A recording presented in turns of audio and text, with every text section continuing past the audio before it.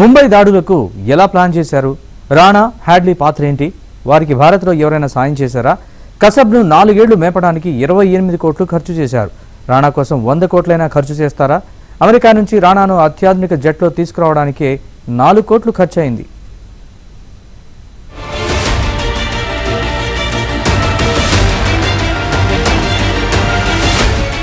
2008లో Mumbai మారణహోమం, 21 November 2012లో Pak ఉగ్రవాది కసబ్ ను ఉరితీశారు. అప్పటి వరకు కసబ్ ను అర్ధర్ రోడ్ జైల్లో ఉంచారు. ఆయన కోసం ఏకంగా 28 కోట్ల 46 లక్షలు ఖర్చు చేసింది ప్రభుత్వం. పదుల సంఖ్యలో జనాన్ని చంపి కసబ్ భారత్ లో అరెస్ట్ అయితేనే ట్రయల్ చేసి ఉరితీయడానికి 4 ఏళ్లకు పైగానే పట్టింది. అతను ఎప్పుడు అడిగితే అప్పుడు బిర్యానీలు, కబాబ్లు తెచ్చిపెట్టేవారు అధికారులు. కసబ్ భద్రత కోసం 15.05 కోట్ల రూపాయలు ఖర్చయింది. అతడి భద్రత కోసం జైల్లో కొన్ని నిర్మాణాలు చేపట్టారు. దానికి 52.5 కోట్లు ఖర్చు చేశారు.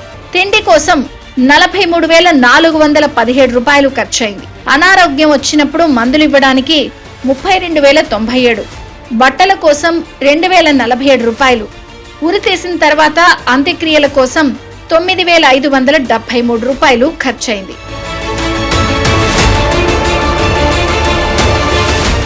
26/11 ముంబై దాడుల కేసులో నిందితుడైన సూత్రధారి రాణాను ఇండియాకు అమెరికాలోని మియామి నుంచి స్పెషల్ ఫ్లైట్ లో హై సెక్యూరిటీ మధ్య తీసుకొచ్చారు.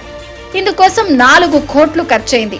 అత్యాధునిక Gulf stream Z550 chartered flight ఉపయోగించారు. ఇది high and ultra long range business jet. Billionaire తప్ప మామూలు వాళ్ళెవ్వరూ కూడా ఈ ఫ్లైట్ లో ప్రయాణించలేదు. 19 మంది ప్యాసింజర్లు ప్రయాణించే ఈ ఫ్లైట్ ధర 500 కోట్ల రూపాయల పైమాటే. రాణాను 18 రోజుల పాటు ఎన్ఐఏ రిమాండ్ లోకి తీసుకుంది. కసబ్ కాల్పులు జరుపుతూ స్పాట్ లో దొరికినా ఉరి తీయడానికి 4 ఏళ్లకు పైగా పట్టింది. ఖర్చు 28 కోట్లు దాటింది.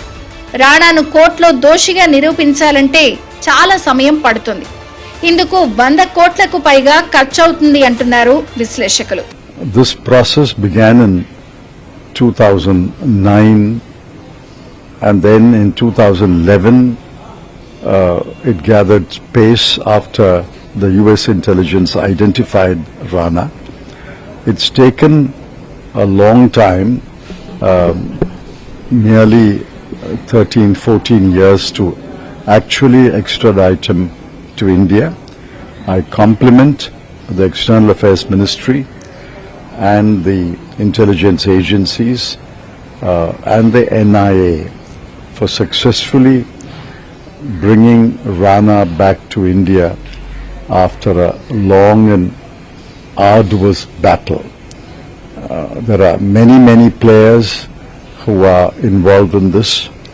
I remember in our time in the UPA, Minister Salman Khurshid and the Foreign Secretary Ranjan Mathai played an important role, and I'm sure in the present Modi government also several foreign secretaries and several foreign ministers have played a role. I congratulate all the actors in this long saga. రాణాను ఎన్ఐఏకు అప్పగించడంతో ఢిల్లీలోని దాని office ఉన్న CEO complex ప్రాంతమంతా కట్టుదిట్ట భద్రతలోకి వెళ్లిపోయింది. భారీగా భద్రతా సిబ్బందిని మోహరించారు. 24 గంటల నిఘా కోసం సీసీ కెమెరాలు అమర్చారు. డిజిటల్ సెక్యూరిటీ సిస్టమ్ ని ఏర్పాటు చేశారు. రాణా పడుకోవడానికి నేలపై బెడ్ వేశారు. ఆ రూమ్ లోనే బాత్రూమ్ ఏర్పాటుంది. ఈయనకు అన్ని సదుపాయాలు కల్పిస్తున్నారు అధికారులు. ఎన్ఐఏ క్యాంటీన్ నుంచే ఫుడ్ తెప్పిస్తున్నారు.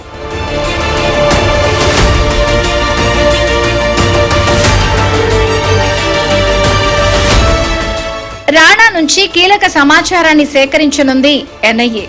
పాకిస్తాన్ కు చెందిన రాణా 2008 దాడుల్లో మాస్టర్ మైండ్. ఈయనతో పాటు హెడ్లీ ముంబై దాడుల ప్లాన్ అమలు పరిచారు. Headley, Rana school friends. ఇద్దరి వయసు ప్రస్తుతం 64 ఏళ్లు. వీరిద్దరూ పాక్ లోని హసన్ అబ్దుల్ లోని సైనిక్ అకాడమీలో చదువుకున్నారు. పాక్ దౌత్యవేత్త గిలానీ కుమారుడు హెడ్లీ. తల్లి మాత్రం అమెరికన్. ఆ విధంగా హెడ్లీ తర్వాత అమెరికాలో సెటిల్ అయ్యారు. ఇక రాణా తండ్రి పాక్ లోని ఒక హై స్కూల్ ప్రిన్సిపల్. తల్లితో హెడ్లీ అమెరికా వెళ్లిపోయిన పాక్ లోని తన స్నేహితులకు టచ్ లో ఉండేవాడు. డ్రగ్స్ బిజినెస్ స్పైగా పనిచేసేవాడు. పాక్ లో లష్కర్-ఏ-తోయిబా, పాక్ సైన్యానికి, ఇటు అమెరికాలోని సిఐఏకు ఇన్ఫర్మేషన్ చేరవేసేవాడు. రాణా పాక్ ఆర్మీలో కెప్టెన్ హోదాలో పనిచేసి తర్వాత కెనడా వెళ్లిపోయి ఇమిగ్రేషన్ కన్సల్టెన్సీ స్థాపించి చికాగో, న్యూయార్క్ లో దాని ఆఫీసులు తెరిచాడు. ఈ కన్సల్టెన్సీ ముసుగులోనే ముంబై దాడులకు కుట్రలను అమలు చేశాడు. 2006 నుంచి ముంబై దాడులకు హంసరచన మొదలైంది. అదే ఏడాది హెడ్లీ తొలిసారి ముంబైని సందర్శించాడు. రాణా కూడా ముంబై వచ్చి ఒక ఆఫీస్ తెరుస్తానంటూ ఫ్లాట్ అద్దెకు తీసుకున్నాడు. భారత్ వచ్చినప్పుడు ఆఫీస్ ని స్థావరంగా వాడుకుని రెక్కీలు నిర్వహించాడు.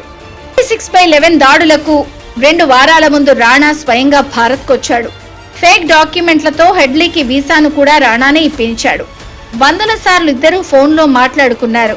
పాక్ సైన్యంతోనూ ఇద్దరూ టచ్ లో ఉండేవారు.